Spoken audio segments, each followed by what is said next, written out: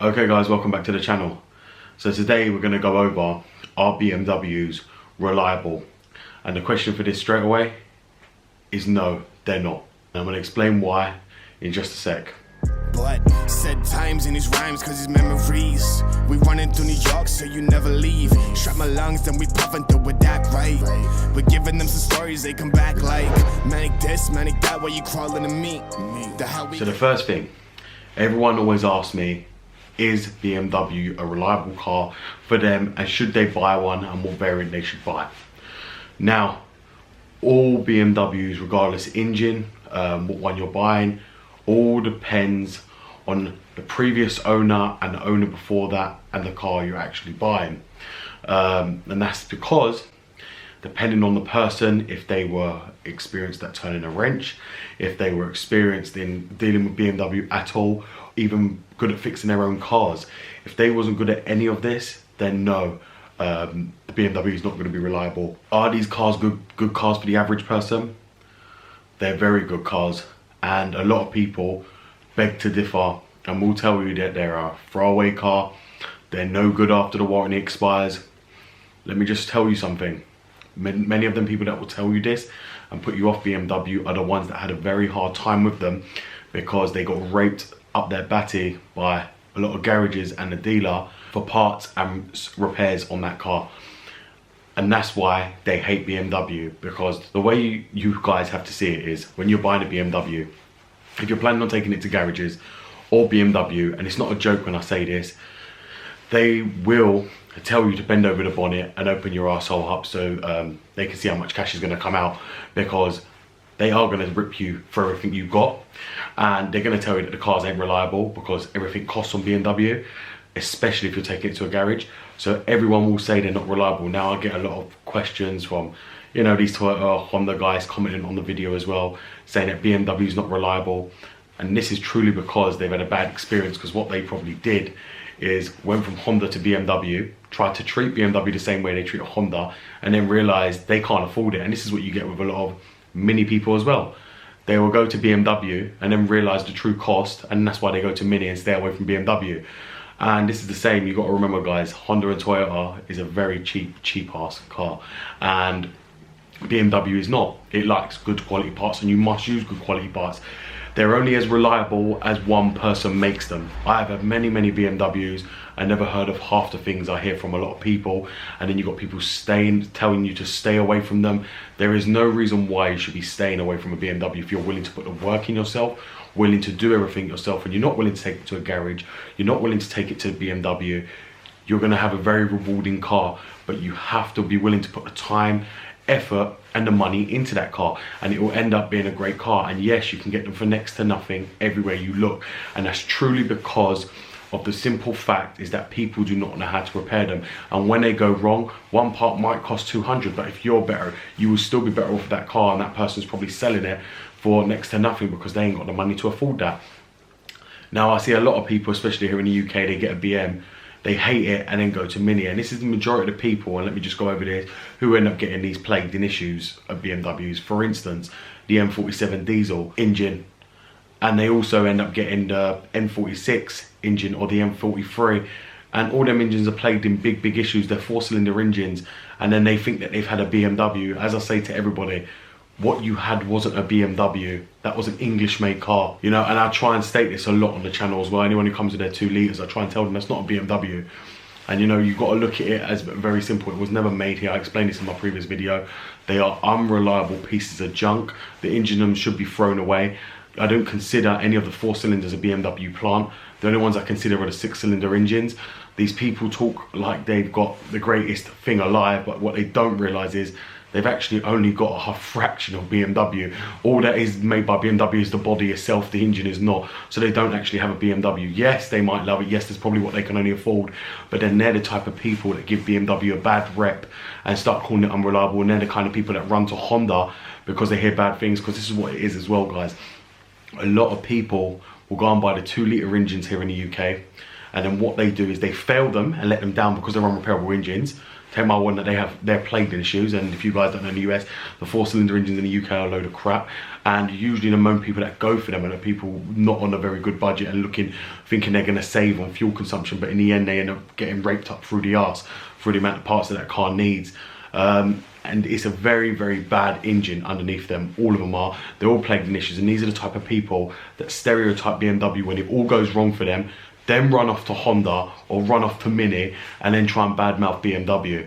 But the simple fact is, BMW is not an unreliable car. If they'd had a 6-cylinder, they wouldn't be saying that. But again, this all comes down to you. If you can turn a wrench, if you can fix your own car, if you can get your parts cheap enough, if you're willing to do all the work yourself, do not think of going out and getting a BMW and calling it unreliable because you're not willing to put the time or the effort in to keep that car fully maintained. And this is what a lot of people do forget about. They think that because they're going to buy the higher price up they're going to buy, that it's going to have all the maintenance done and then you can just go out and drive it for years on them with no issues. That's not the way BMW works.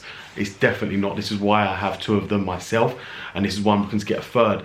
These cars do not, and I mean do not, just think you're gonna run. Some of them are really, really reliable and run for ages, but that's after you have overhauled every single thing on that engine. You guys know what I'm about on this car. You know I've overhauled all my cars, and literally I can say I haven't had one issue. I don't know how many other guys can actually say that who's still breaking down to this day of their BMs on the channel. There's a lot of guys on the channel where they're 2 litres still having issues. Mine ain't, but this is because they get the most piece of crap BMW, and a lot of guys in the EU will state it's because these cars are very expensive in their countries, but what they don't realise is they're going to spend more on that engine long term buying a 2-litre engine that they could have just bought a 6-cylinder in the beginning with. But please take my advice, guys. If you are looking to buy a BMW, go out and buy one. If you want reliability, please get the 6-cylinder engine, whether that be the diesel or the petrol. Do not, and take my word, do not buy the 2-litre variants by any means. If you are that poor, because I know how much 2 litres go for. They go for about 2 grand, and yes, they're half the price of the 6-cylinder, which they would be because they're heaps of junk. Nobody wants them in the most unwanted car. That's why I tell everyone with it, get rid and be done with and go to a proper 6-cylinder, proper BMW plant. People know what BMW is. Anyone who knows BMW will get the 6-cylinder, but a lot of people, their first BMW, just jump in a 2-litre because they find it's going to be cheap on insurance, and then it's the most unreliable piece of junk. Then they have the cheek to sit here and slander BMW saying it's unreliable because it let them down. No, it was their choice that car let them down. They picked the wrong choice. If they'd picked the right choice, the car would have been ultra reliable, you know. And that is what I tell a lot of people who come to me and they kind of ask me, should I get a 520 diesel, should I? And I tell them all the time, avoid that engine.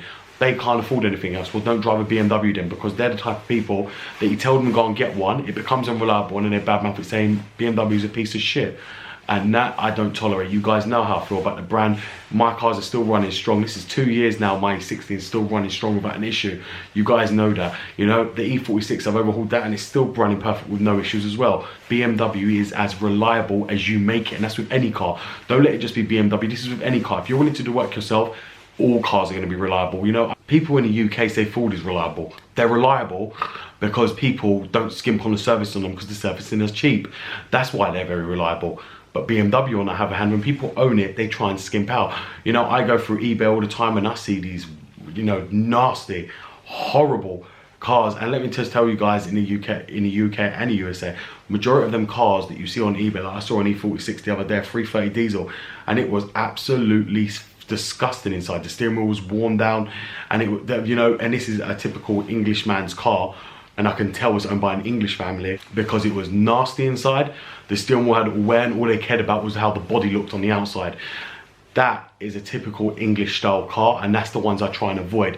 So if you see any of these cars, and this is a bit of advice for you when you're looking for a BM, if you see a car with all dirty stuff in the carpet or bottles down the side, never cleaned, that's a complete neglected example of a BM. Walk away from it, because if they're treating the car like that, that means how they're treating the engine as well. And I dread to think of the state of their house as well. Like, I'm very meticulous with my cars, very clean inside my cars.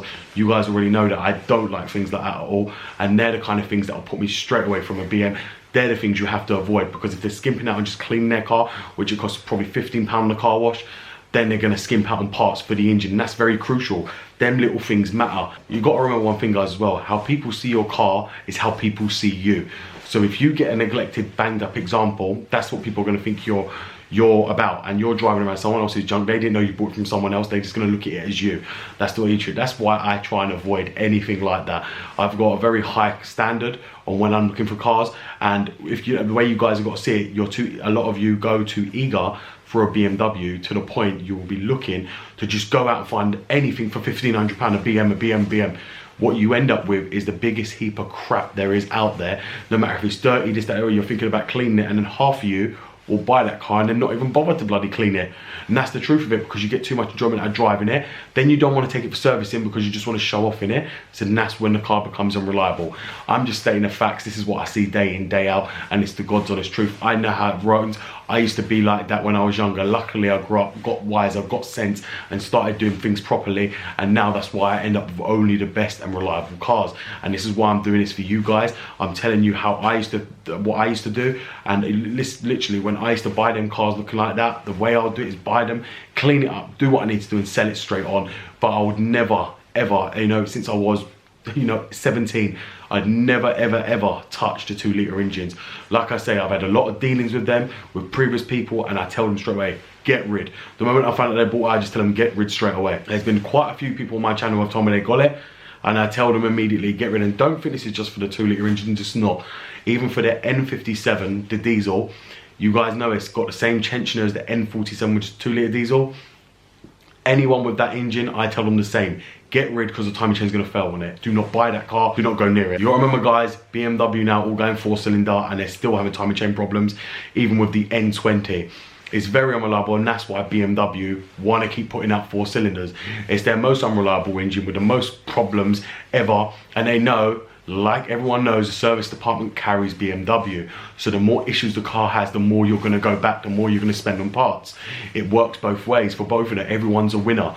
So that's why I'm telling you, if you want to get an ultra reliable car, only get the 6-pot engines.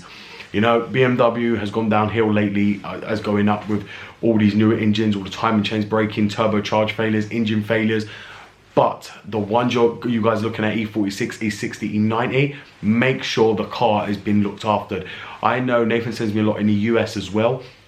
Very neglected examples of E9 and all dirty, and I'm saying to Nathan straight away, avoid that car. Me, that's just the way I am. I am very, very picky and meticulous with my cars. Very, very meticulous. And this is why it's very hard to find someone like me in the same trade doing what I do, because the majority of people ain't like that. And there is a handful of people that are like that, but they're the kind of people that don't sell their BMs, and that's why it's very hard to find. And when you find a BM like that that's been loved, cherished, and looked after by its owner, which let me tell you right now, in the UK, the majority of the people that look after them cars day in day out and meticulously is the foreign guys here. The Polish, the Estonian, the Romanian. They are very, very neat with their cars. They don't tramp it about, they don't kick the carpets up, don't let dirt get in it, don't let their kids throw food everywhere.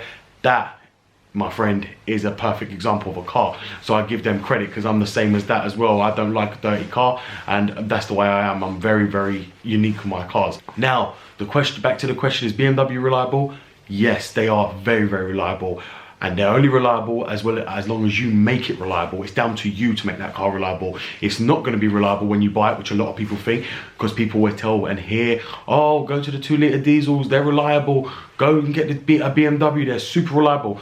When you're hearing your friends say they're reliable, and these people talk about reliability on BM, they're talking about the 6-cylinder engines. But these people work on them themselves. They are reliable, providing you put the work in. The majority of these people have put the work in to make them reliable. Do not think they just drive them around for ages with not doing anything to them. No, it doesn't work like that. You have to put a lot of work, a lot of devotion into these cars, and a lot of passion. So if you are planning to buy a BMW, avoid all the 2-litre ones, because they're the ones that people then piss, moan and cry about, saying BMW's unreliable. And I know a lot of you EU guys are going to say, oh, it's too expensive in our country to buy the 6-cylinder engines. Well, the amount you're going to spend on the crappy 2-litre, go and put towards buying a 6-cylinder, which is going to be more reliable than your 2-litre engine, which you're going to spend hundreds on parts trying to fix it just to save yourself in fuel costs and road tax. It doesn't make no sense. So if you guys are out for going to get a BMW, take my advice, go and get the 6 cylinders, M57, N52, M54, M53, they're all reliable engines. But avoid the M43, M46, and the M47. All of them plagued edition, the same with the M47 as well. Avoid all of them. They're pieces of crap, and it's not an engine I advise anyone to go and get. If you can only afford that car, and because you're seeing them cheap, 320D, 520D, my friend, get off BMW and go look for something else, because you're the type of people that are going to give BMW a bad name. So that's it, guys. I hope you guys have enjoyed this video. I have gone over now if BMW is actually reliable, which a lot of people seem to keep debating about whether it is or whether it ain't. And I hope this message gets out to all the Toyota and Honda guys who like to come on here talking crap about them, because they're the ones, as I said, guys, that end up going to buy the 2-litre ones and then call BMW unreliable. So thank you very much for watching, guys. This is BMW Dr. Dean here, and goodbye.